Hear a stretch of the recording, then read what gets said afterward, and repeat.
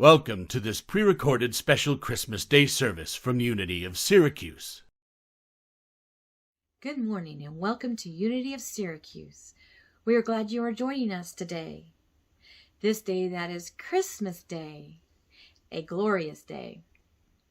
My name is Dana Benyevich. It is my honor to be assisting with the service today. In this connection that transcends time and place, we will begin with the reading of the daily word. With joy, I welcome Christmas. Far from home, Luke's gospel story tells us Mary and Joseph welcomed a child with only a stable filled with animals as a birthing place and a feeding trough for a cradle. This story reminds me that no state of consciousness is too humble. No station in life is too lowly, and there is no fear that cannot give way to wonder. Wherever it finds a willing, welcoming heart, the Christ will be born. No matter how I am celebrating Christmas, I will carry this awareness with me.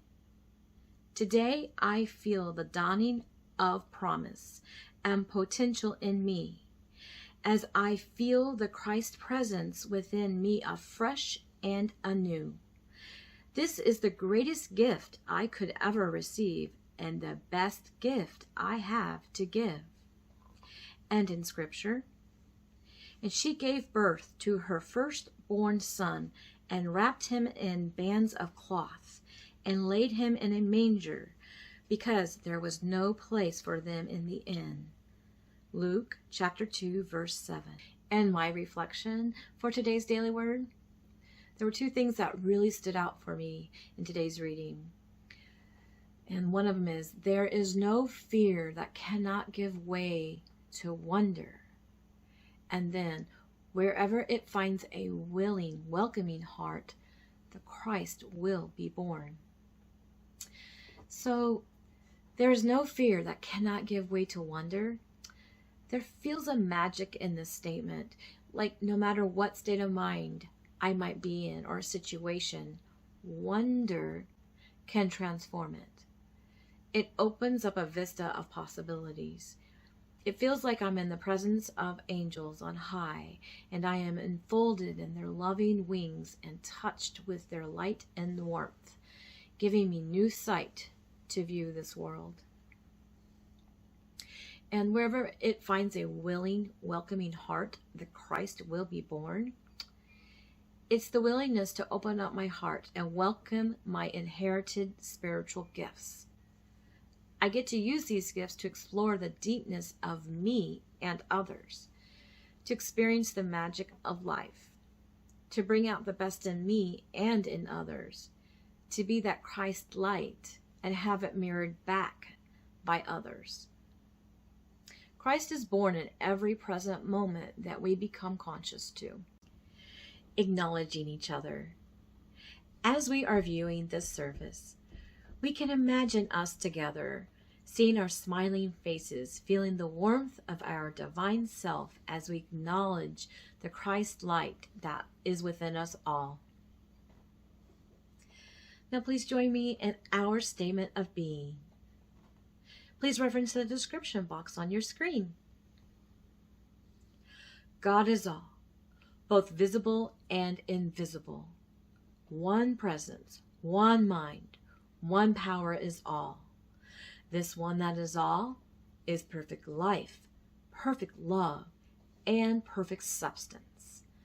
I am an individualized expression of God. I am ever one with this perfect life, perfect love, and perfect substance. Announcements.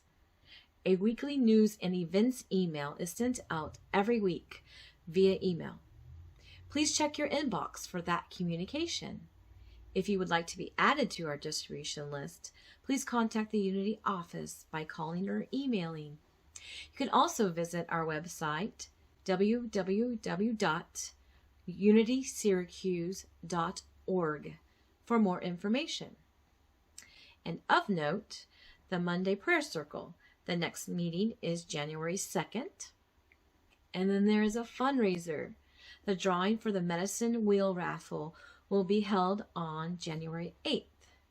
It's now on display in the small meeting room. It is handmade and donated to Unity by Vicki Gross. Welcoming today's guests. Unity is a positive, practical approach to Christianity. We are culturally Christian and spiritually unlimited. We honor the many paths to God. If you are a first-time viewer, please contact the office via phone or email so that we can contact you. Blessings to you for joining us this blessed Christmas morning. And the 5 basic Unity principles. Number 1, God is the source and creator of all. God is good and present everywhere. Number 2, we are spiritual beings created in God's image. Number 3, we create our life experiences through our way of thinking. Number 4, there is power in affirmative prayer. And number 5, we live these spiritual principles. Take a moment to reflect on how one or more of these principles has shown up in your life this past week. In sharing a reflection on the 5 basic Unity principles, I recently have been working a lot of hours, and I have felt victim to it. I have missed time with family, friends, and with my own self. It's like life is passing me by and work is taking all my energy. Yet, I know that I have the power to make a change. I have the power of prayer that can bring about the desired outcome. And that outcome can manifest in a way I did not expect. For one, I have found that I get support from people that I would expect support from. And it is allowing and opening myself for the unexpected to occur. I don't have to take control of the how.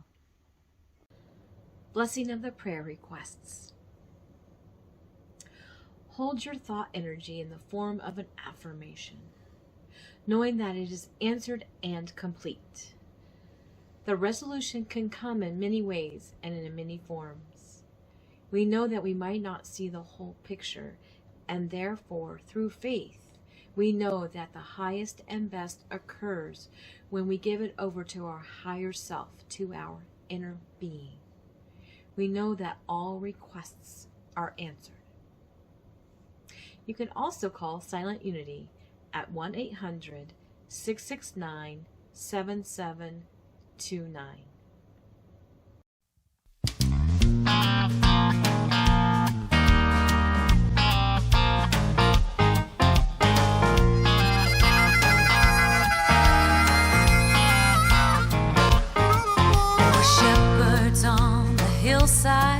There were angels in the sky. They said, boys, don't you be afraid. This is the night of your life. There's a baby in a manger that the whole world needs to know. He begins here with you. Here's what you must do. Go tell, go tell, go tell, go tell. Once you see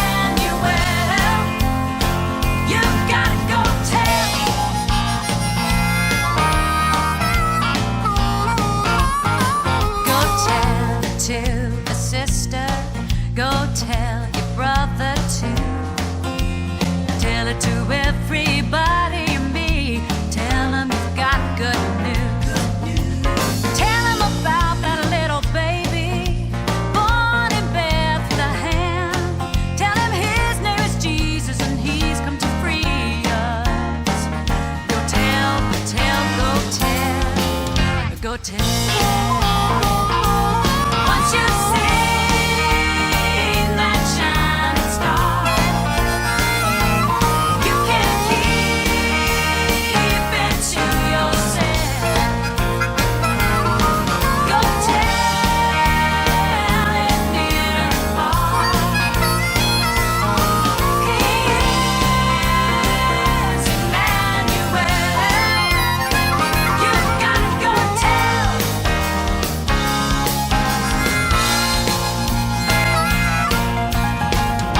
are gonna shout it, the rich, the poor, and the lame.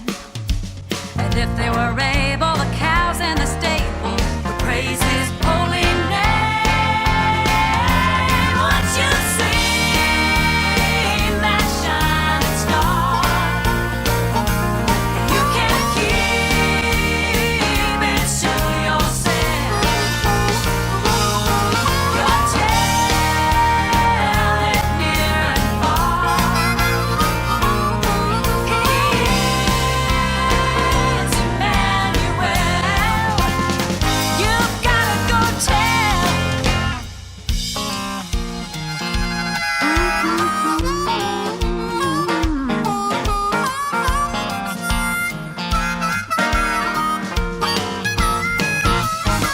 Go tell it on the mountain. Go tell it in the valley. Go tell it on the rooftops. Go tell.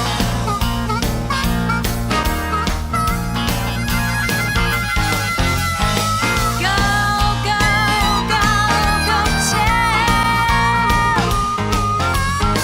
Go, go, go, go tell. Go tell.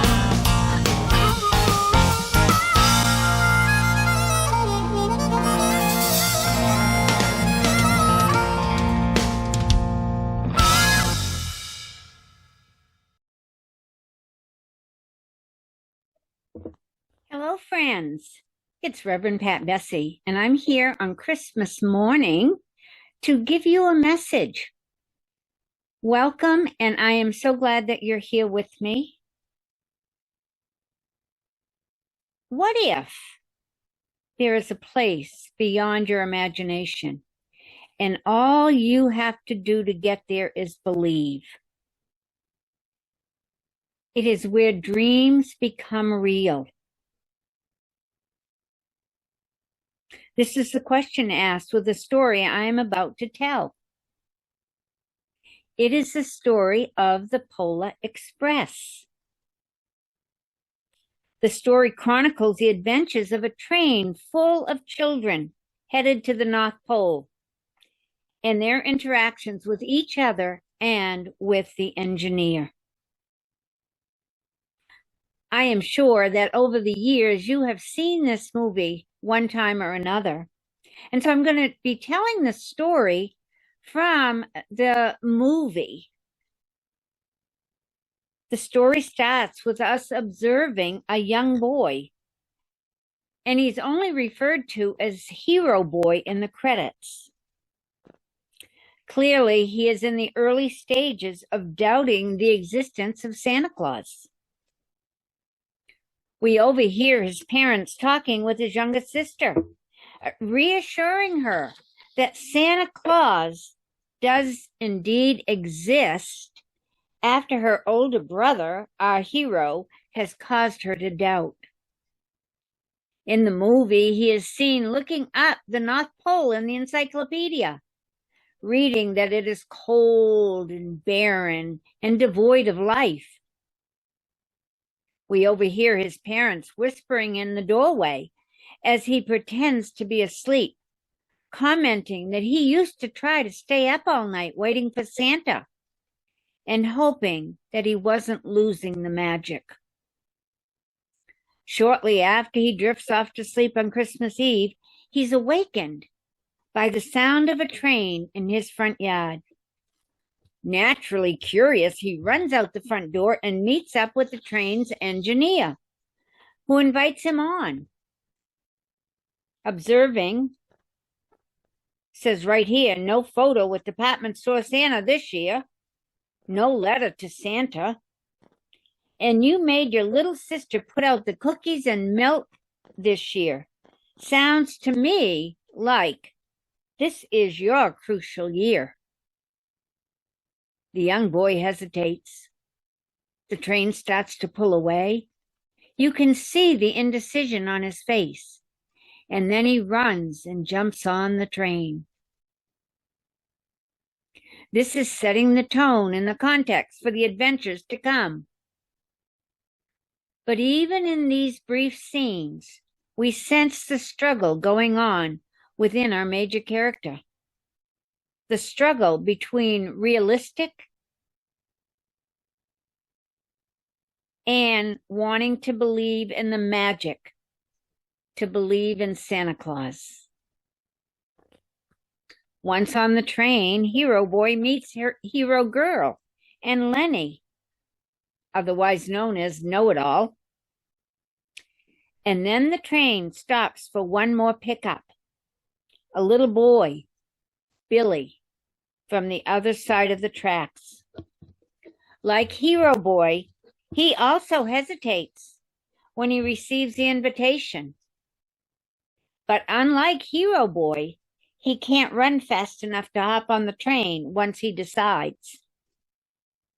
So our hero pulls the emergency stop lever so Billy can get on the train. We see that this takes courage, as our hero isn't sure what the engineer will say or do for his indiscretion. But Hero Boy is adamant that we have to stop the train. We have to help Billy get on the train. I love this moment because we see our hero's character shining through. Despite his personal doubts, he risked his own status on the train to help another. Once Billy gets on the train, instead of coming into the compartment with the rest of the children, he goes into a rear compartment and sits alone. The little boy from the wrong side of the tracks sat in another compartment of his own choosing.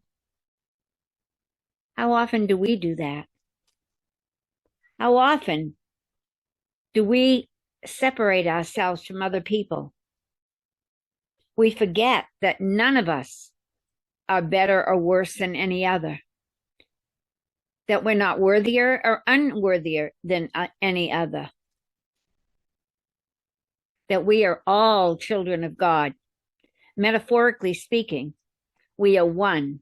We are connected. No one outside of ourselves is making us sit in the rear car. We put ourselves there because of how we see ourselves. And of course, we see ourselves in all the characters, particularly the children. Know-it-all, not teachable. He thinks he knows everything, so he misses what's right in front of him. Does that happen to you sometimes?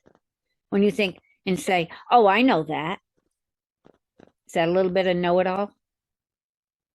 Hero Girl, quietly, solid, and clearly a leader. And then there's the ticket. Only in an animated movie could a train ticket be seen as a character. The journey of the ticket. He tries to take the ticket to his friend, but it flies off the train and takes a journey all of its own. We think it's lost, and there's no way it will ever get back to the train, but it does. Through the wolves kicking it up through the snow, to the bird catching it in its teeth, to the wind carrying to the grill of the train, the ticket returns to its rightful owner. These tickets are not transferable. He's going to throw her off the train. He had to overcome his doubts and fears to do the right thing, to get on the train, to return the ticket, to take responsibility for losing the ticket in the first place. But during the ticket adventure, he meets an odd character on the roof of the train. In his exchange with this ghost, angel, polar hobo, he's asked how he feels about Santa Claus. He answers, I want to believe, but... And the hobo says, you don't want to be bamboozled. You don't want to be led down the primrose path. You don't want to be conned or duped. You don't want to have the wool pulled over your eyes, hoodwinked. You don't want to be taken for a ride. Seeing is believing. I believe this exchange is what's at the heart of the Polar Express. We want to believe. As both human and spiritual beings, we want to believe. We want to believe that God is real and good. We want to believe in one another. We want to believe in love and magic. And then we get all sorts of evidence to the contrary. And so we start to believe in the evidence instead of what our heart is desperately trying to tell us. In the Polar Express, our heart is heard through the words of the conductor as he quietly tells Hero Boy, sometimes seeing is believing, and sometimes the most real things in the world are the things that we can't see. I'm going to say that once again. Sometimes seeing is believing, and sometimes the most real things in the world are the things that we can't see. Sound familiar? Nobody sees Santa Claus, but there is no sign that there is no Santa Claus. The most real things in the world are those that neither children nor adults can see. Nobody can conceive or imagine all the wonders there are, unseen and unseeable in the world. We see Hero Boy grappling with the mixed messages he's receiving. His friends telling him Santa Claus isn't real. The hobo ghost insisting that seeing is believing. Even the Scrooge marionette and the toy car of the train, all doing their darndest to convince him not to believe. Of course, what we see is what we're hearing on the outside is simply a reflection of what he's hearing on the inside, of the conversation he's having with himself, and choosing what to believe in this, his crucial year. Isn't this true for all of us? We all get to decide what we believe, what conversations, what evidence. What is it that we're going to pay attention to? Hero Boy's internal struggle reminds me of a Native American teaching. Many of you may know it. It's of a grandfather talking to his young grandchildren. He's a Cherokee elder, and he's teaching his grandchildren about life. And he says to them, a fight is going on inside of me. It is a terrible fight between two wolves. Wolf represents fear, anger, envy, sorrow, regret, greed, arrogance, hatefulness, and lies. And the other side stands for joy and peace, love, hope, humbleness, kindness, friendship, generosity, faith, and truth. This same fight is going on inside of you and inside of every other person too. The children thought about it for a moment. Then one child asked his grandfather, well, which wolf will win? And here's the teaching. The Cherokee eldest replies, the one you feed. Which one are you feeding? Are you feeding the one that represents the fear and the anger, the sorrow and the regret? Or are you feeding the one that is the joy, the peace, the love, the friendship, the generosity? Friends, we're always at a choice point. We always get to choose where we're going to put our thoughts and energy. So back to the story. Our intrepid band of travelers finally reaches the North Pole, where they think the journey is complete. But really, the journey and the fun has only just begun. And what a wonderful lesson this is for all of us. Just when we think the journey is about to end, there's another train to hop on, another adventure to begin. Another lesson to be learned by this Christmas Eve adventure is how nothing seems to go as planned, and yet everything turns out just as it needs to in the end. You know, the old saying, tell God your plans and God will laugh. We do set intentions, we do set plans, but we must be flexible. We must realize that not everything is going to go just exactly the way that we wanted. So the children learned about themselves and one another, and learned the importance of working together, of helping one another on the journey. There is a wonderful scene towards the end of the movie where hero boy and girl and Billy have ended up in Santa's magical toy bag, surrounded by toys. Billy found his toy with his name and address on it. It's the first toy he ever remembers receiving from Santa, and he doesn't want to let it go. But the elf tells Billy that he has to let it go for Santa to deliver it. In a very quiet moment, the elf looks right into Billy's eyes and says, "Trust me." We know this is a huge moment for this little boy, to let go of the only gift he had ever received from Santa, to trust the elf and believe that in the letting go, the gift would be returned to him at the right time. How many times have we wanted to hold on to something and then finally get to the place where we're willing to surrender it, only to find out that we don't have to let it go? As we approach the big scene in North Pole Central, the big moment when Santa makes his entrance, we see Hero Boy trying desperately to see Santa.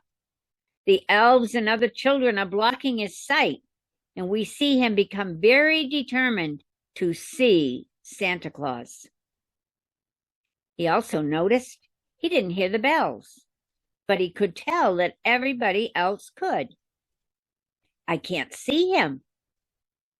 And then one of the bells from Santa's sleigh breaks off from the reindeer harness, and the bell rolled right over to Hero Boy. He picked it up and held it next to his ear. Still unable to hear the tinkling of the bell, he closed his eyes and he said, "I believe." And suddenly he heard the bell, looked up and saw Santa Claus.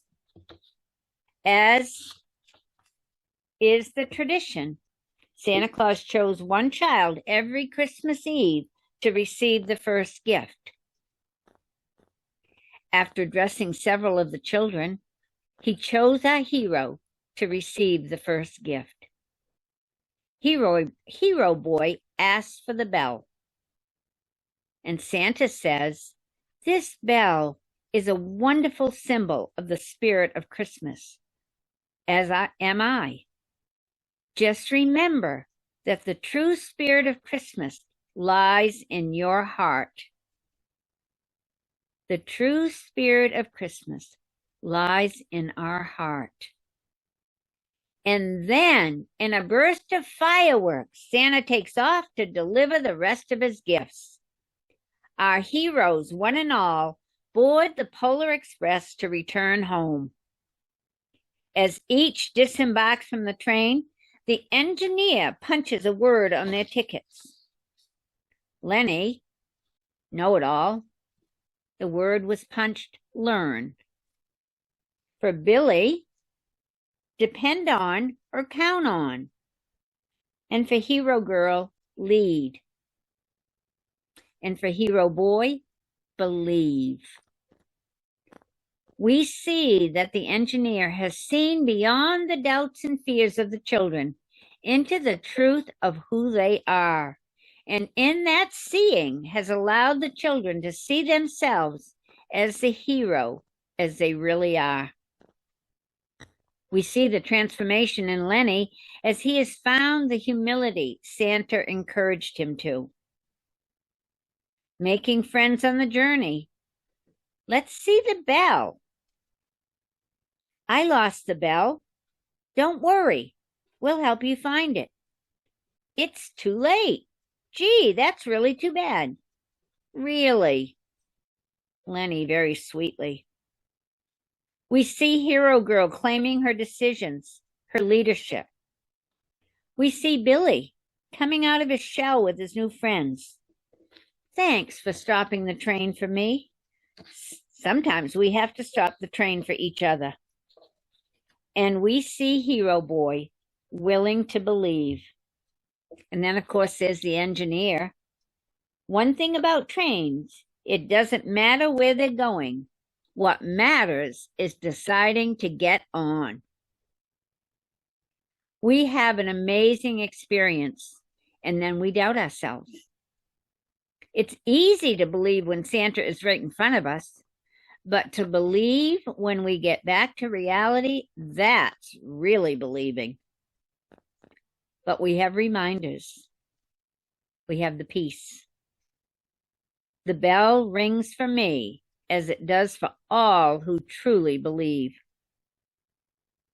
Christmas isn't about the hype or the expectations. Christmas is about believing in the magic, believing in ourselves and one another, believing that there can be miracles. So, my dear friends at Unity of Syracuse, I hope you have a wonderful Christmas day. And thank you for being here with me. Merry Christmas. One of my fondest memories growing up was camping. More specifically, was sitting by a campfire. I loved the sound of the crackling, the radiance of the warmth it gave off, and especially how mesmerizing the flames were. With how mesmerizing the flames were, what was even more hypnotic was staring into the embers. Once the fire calmed to intensely glowing but somehow soothing embers, I too calmed my mind, body, and soul. I would like to take you to this place of peace if you would care to join me. Get in a comfortable position. Focus on the fire or close your eyes if that makes you more comfortable. Take a deep breath and hold it for 3 seconds before exhaling. Now exhale. As you do, feel any and all tension release from your body. Repeat this process 2 or 3 more times.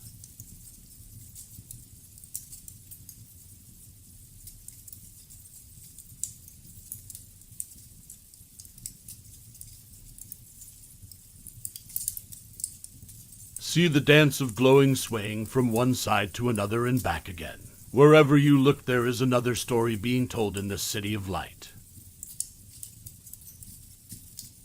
There is a magic happening here as thought and form drift away. The thoughts of the day disappear into the darkness with only you and the glow of the present captured in this perfect moment of the now. Take a few moments to become lost in the stillness.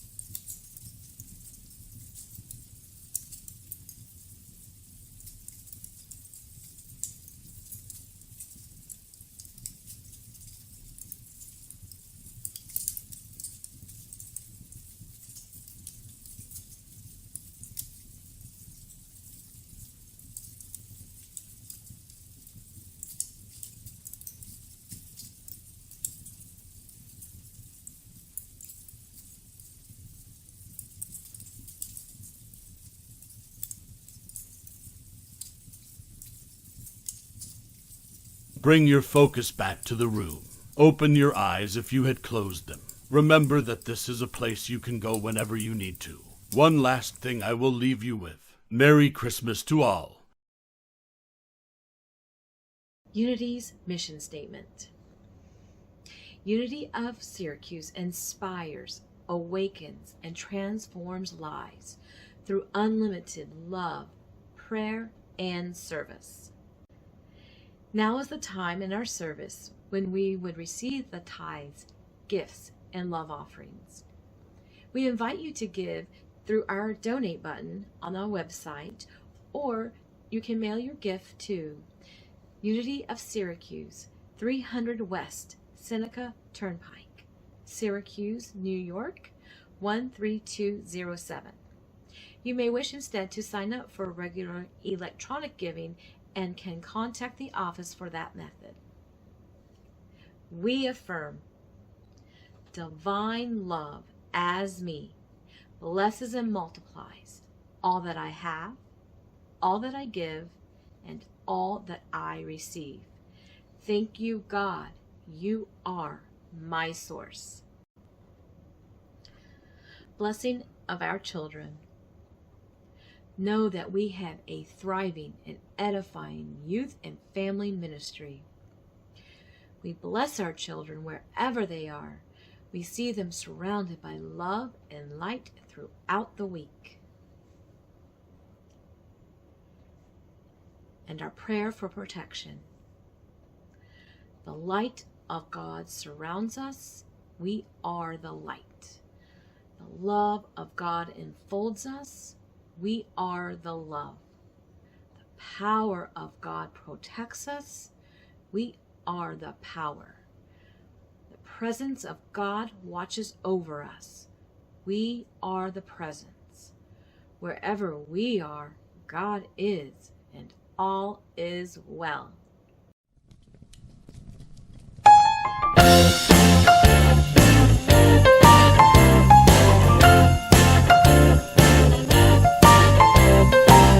Have yourself a merry little Christmas. Let your heart be light. From now on, our troubles will be out of sight. Have yourself a merry little Christmas. Make the Yuletide gay. From now on, our troubles will be miles away. Here we are as in olden days, happy golden days of yore.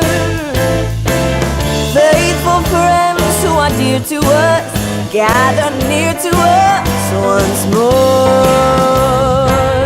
Through the years we all will be together, if the Lord allows. Hang a shining star upon the highest bough. Oh, and have yourself a merry little Christmas now.